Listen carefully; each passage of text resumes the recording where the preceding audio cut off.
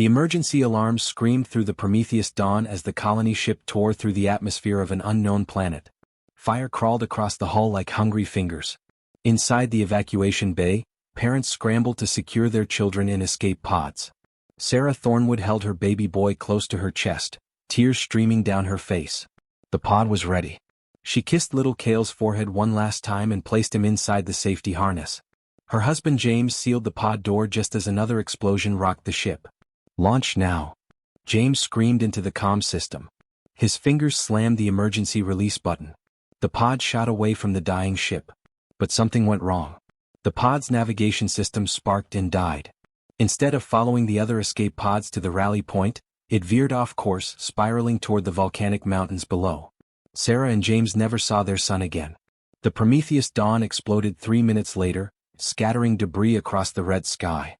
The pod crashed hard into a field of black volcanic rock. The impact cracked the outer shell, but the inner chamber held. Inside, baby Cale screamed with all the fury his tiny lungs could manage. He cried for hours as sulfurous steam hissed around the broken pod. High above the crash site, something ancient stirred. Cythera the Eternal spread her massive wings and descended from her mountain perch. She was old beyond human counting, her scales the color of molten gold, her eyes like burning amber. She had watched countless species rise and fall across the galaxy. She had seen stars born and die. Nothing surprised her anymore. But the sound of the crying infant made her pause. She landed beside the smoking pod with earth-shaking weight. Her massive head lowered to examine the strange metal egg. With one careful claw, she peeled back the damaged door. The smell hit her immediately. Mammal. Warm-blooded. Fragile. A human child. Cythera had seen humans before. They were the newest spacefaring race, always rushing, always loud, always breaking things they did not understand. The Dragon Conclave had voted to avoid them. Too chaotic. Too short-lived to be worth knowing. But this one was so small. So impossibly small. Cale's cries grew weaker. The volcanic air was toxic to human lungs. The child would die within the hour if left alone. Cythera could walk away. Should walk away. This was not her concern. The humans had crashed on Drakmara without permission. They had violated sacred sky space. Let nature take its course. The baby's hand reached up toward her, tiny fingers grasping at air. Something stirred in Cythera's ancient heart.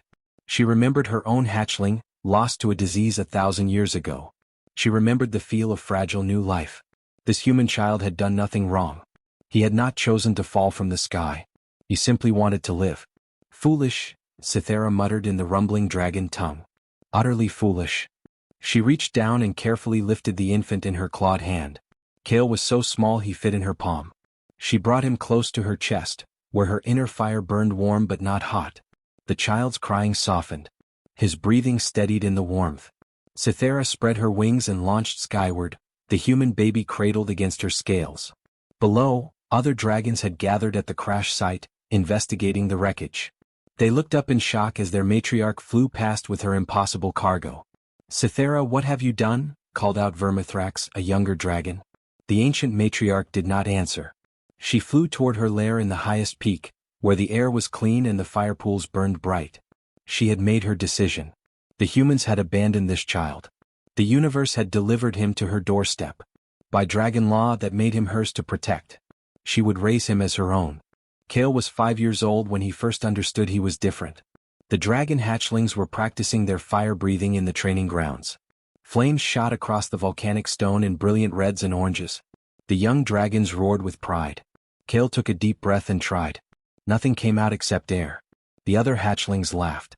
"Broken hatchling," one called out in the dragon tongue. "Wingless, fireless, scaleless." Cale ran back to Cythera's lair, his small human legs carrying him as fast as they could.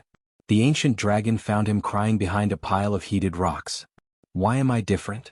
Cale asked in perfect dragon speak, his young voice making the ancient words sound strange. Cythera lowered her massive head to his level. "Because you are human, little ember.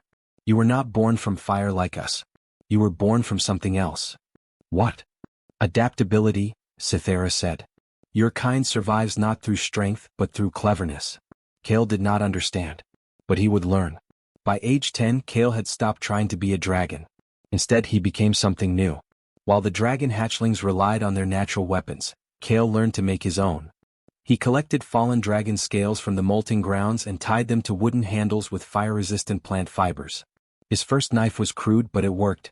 The older dragons watched with curiosity as the human child crafted tools with his clever hands. Dragons had claws and teeth. They had never needed tools before. Kale studied the volcanic vents near Cythera's lair. He noticed how the intense heat could melt certain rocks into liquid. He built a small forge using stones and dragon breath fire that Cythera provided.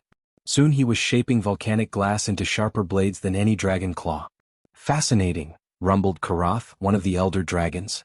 The soft one makes himself hard through creation. But not all dragons were impressed. Vermithrax, who had questioned Cythera's decision from the beginning, often challenged Kale. "You do not belong here, human," Vermithrax growled during a conclave gathering. "You are weak. You will always be weak." Kale was 12 then, small and skinny compared to the massive dragons around him. But Cythera had taught him more than crafting. She had taught him dragon wisdom. "Strength is not only in muscle and flame," Kale replied calmly. "A river is soft, yet it carves through mountains over time." The dragons murmured among themselves. The human spoke with dragon philosophy. It was unsettling and intriguing. At age 15, Kale faced his greatest challenge. A young dragon named Pyrrhix crashed during a storm flight, breaking his wing against the mountain rocks. The injury was bad. Dragon healers said the wing would never heal properly. But Kale had been watching human medical data from the salvaged wreckage of the Prometheus Dawn for years. He had an idea. Working for weeks, he designed a splint system using flexible dragon scales and metal from the crashed ship. He set Pyrrhix's wing with precision, adjusting the splint every few days as the bone healed. He applied healing herbs that Cythera showed him, plants that grew in the thermal pools. 3 months later, Pyrrhix flew again. The young dragon landed beside Kale, folding his healed wing carefully. "You saved me, Softskin. No dragon healer could do what you did." "I just thought differently," Kale said. "Then your different thinking is valuable." Pyrrhix lowered his head in respect. "You are my brother now. Scale brother. Blood brother." It was the highest honor a dragon could give. By age 18, Kale stood at the edge of the training grounds again. The trial of flames awaited him. Every young dragon must pass through the sacred fire to prove their courage. Kale could not survive real dragon fire. His human skin would burn. But he had learned one important lesson from his dragon family. There was always more than one way to solve a problem. He stepped forward, carrying a suit he had built from layered dragon scales, heat-resistant plants, and cooled volcanic rock. It looked strange. The dragons whispered uncertainly. Kale walked into the flames. The suit held. He emerged on the other side, alive and triumphant. Cythera's eyes gleamed with pride. Her human son had found his own fire. Kale was 21 when the stars began to die. He was studying ancient dragon texts in Cythera's library when the alarm crystals started glowing red. Every dragon on Drachmara felt it at once. Something was wrong in the deep void between stars. The dragon conclave gathered in the great chamber, a massive cavern lit by rivers of lava. Kale stood beside Cythera, the only human ever allowed in these sacred meetings. Elder Karath spoke first, his voice grave. "The sensors detect massive energy signatures at the galaxy's edge. Entire star systems are going dark. One by one. 12 systems gone in 3 weeks." "What could destroy stars?" a younger dragon asked. "Not destroy," Cythera said quietly. "Consume." The Voidborn have awakened. Fear rippled through the chamber. Even dragons who feared little knew that name. Kale had read about them in the ancient histories. The Voidborn swarm. Silicon-based creatures that ate planets like humans ate fruit. They had nearly destroyed the galaxy 10,000 years ago before mysteriously vanishing. "They were supposed to be extinct," Vermithrax growled. "Clearly they are not," Cythera replied. 3 days later, a ship appeared in Drachmara's sky. It was small and damaged, barely holding together. Dragons surrounded it as it landed in the valley. Kale watched from the mountain as armored figures emerged. They were human, an alien, and desperate. Cythera allowed them to approach the great chamber. The lead ambassador was a human woman named Commander Chin. She looked exhausted, her uniform burned and torn. "Great dragons of Drachmara," she began, her voice shaking.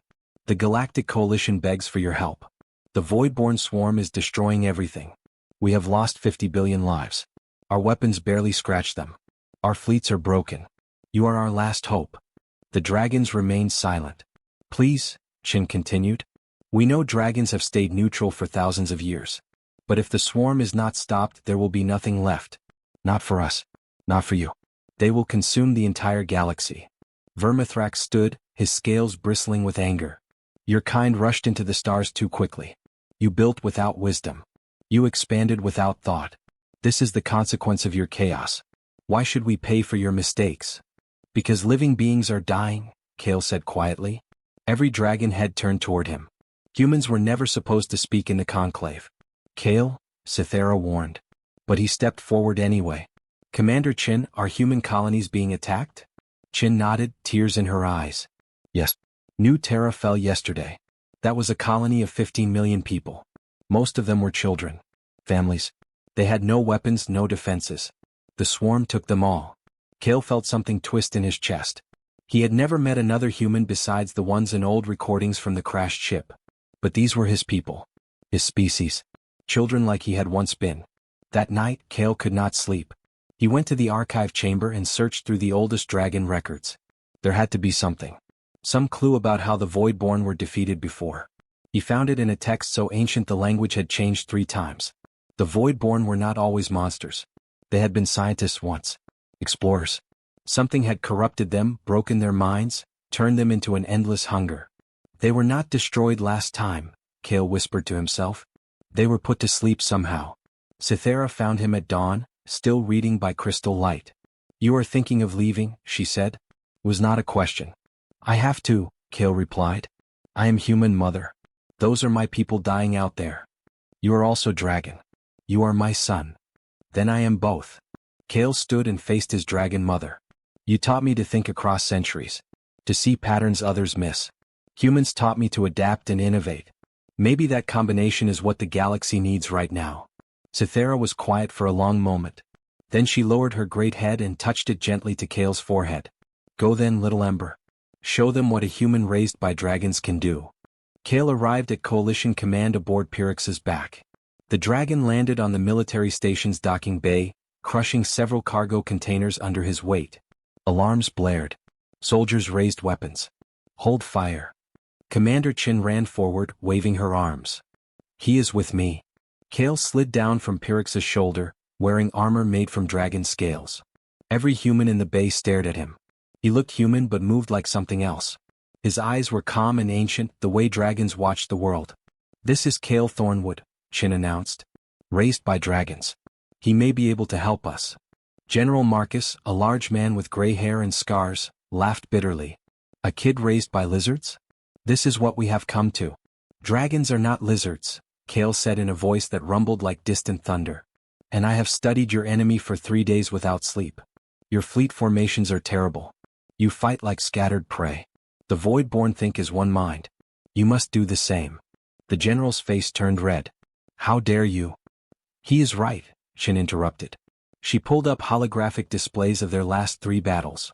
We keep losing because we cannot coordinate fast enough. The swarm reacts faster than our communication systems. Kale stepped forward and studied the holograms. His dragon-trained mind saw patterns instantly. You spread too thin. Dragons fight in wing trios. 3 ships move as 1 unit. 9 units make a spiral formation.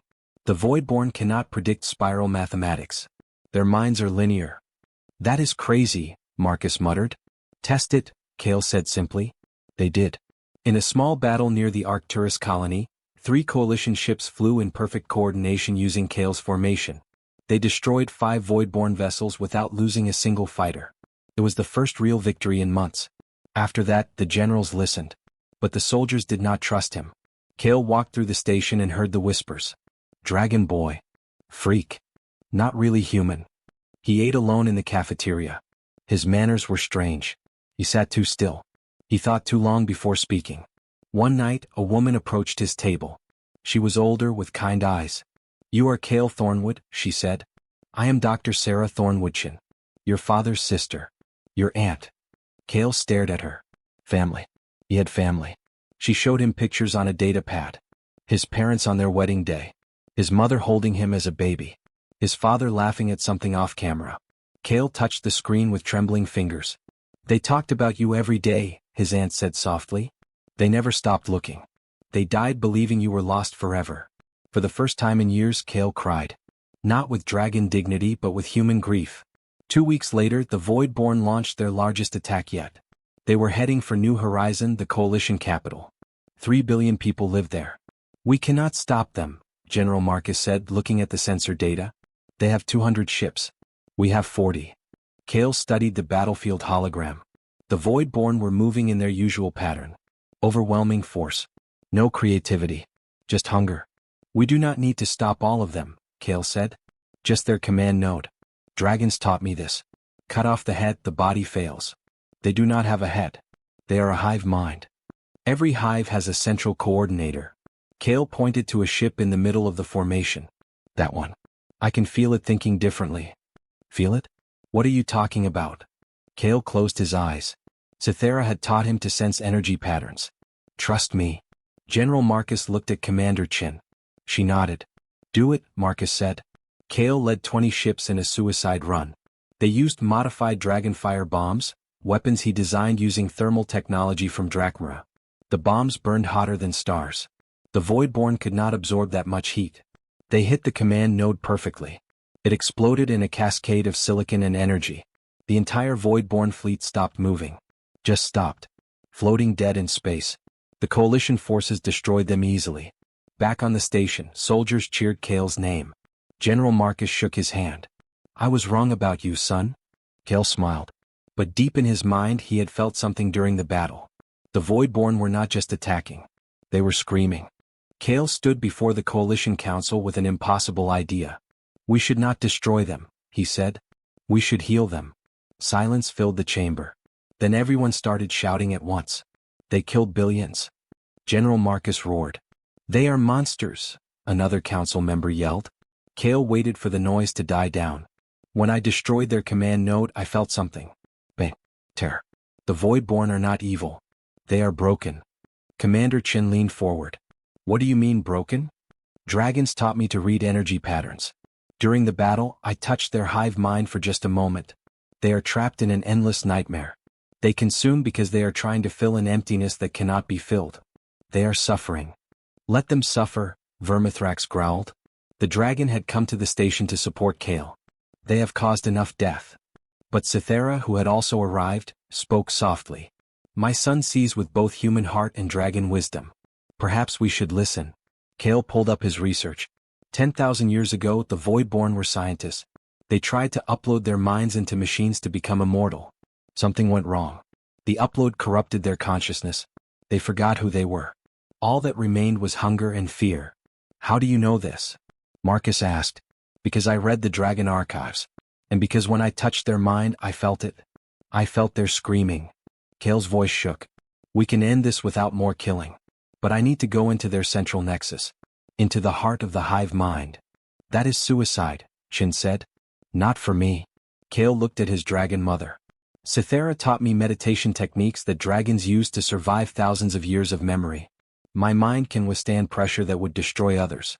And my human empathy can reach them where dragon logic cannot. Pyrrhic stepped forward. I will go with him. Scale brothers do not abandon each other. 3 days later, Kale and a small team approached the Voidborn Central Nexus in a stealth ship. The Nexus was massive, a floating city of silicon and crystal that pulsed with sick energy. They landed inside and Kale found the central chamber. It was filled with crystalline structures that hummed with consciousness. He could feel millions of minds pressing against his own. Stay here, he told the others. If I do not return in 1 hour, destroy this place and run. Kale sat in the center of the chamber and closed his eyes. He began the dragon meditation, slowing his breathing, opening his mind. Then he dove into the hive. The pain hit him like fire. Millions of voices screaming at once. Terror. Hunger. Confusion. The Voidborn consciousness was a storm of broken thoughts and fractured memories. But Kale did not fight it. He let the pain wash over him, the way Cythera taught him to endure the volcanic heat of Drachmara. Slowly he found the center. The original minds. The scientists who had tried to become immortal. They were still there, trapped and terrified, watching their corrupted selves destroy the galaxy. I see you, Kale whispered with his mind. I understand. You are afraid. You forgot who you were. But I remember for you. He showed them memories. His own childhood, being lost and alone on Drachmara. The fear. The confusion. Then Cythera finding him. choosing to save him instead of leaving him to die. You can choose too, Kale sent to them. You can remember. You can stop. The Void-born minds resisted. The corruption was too deep, too old. Then Kale did something only a human could do. He felt compassion for them. True deep empathy. He cried for their suffering. And that single emotional connection broke through the corruption. The hive mind shuddered. Memories flooded back. The Void-born remembered their names, their families, their dreams. The hunger faded. Kale opened his eyes. The crystal chamber was glowing with soft, peaceful light. Across the galaxy, the Void-born swarm stopped attacking. Ships powered down. The war ended in an instant. The Void-born spoke as one voice, clear and sane for the first time in 10,000 years. Thank you, child of two worlds. We remember now. We will repair what we have broken. Kale returned to Coalition Command as a hero. Treaties were signed. The Void-born became peaceful again, using their vast knowledge to help rebuild what they had destroyed. Cythera landed in the council chamber and touched her head to Kale's. You have done what neither dragons nor humans could do alone, she said. You have saved everyone. Kale smiled. I am what happens when different worlds refuse to stay separate. I am both dragon and human. I am the future.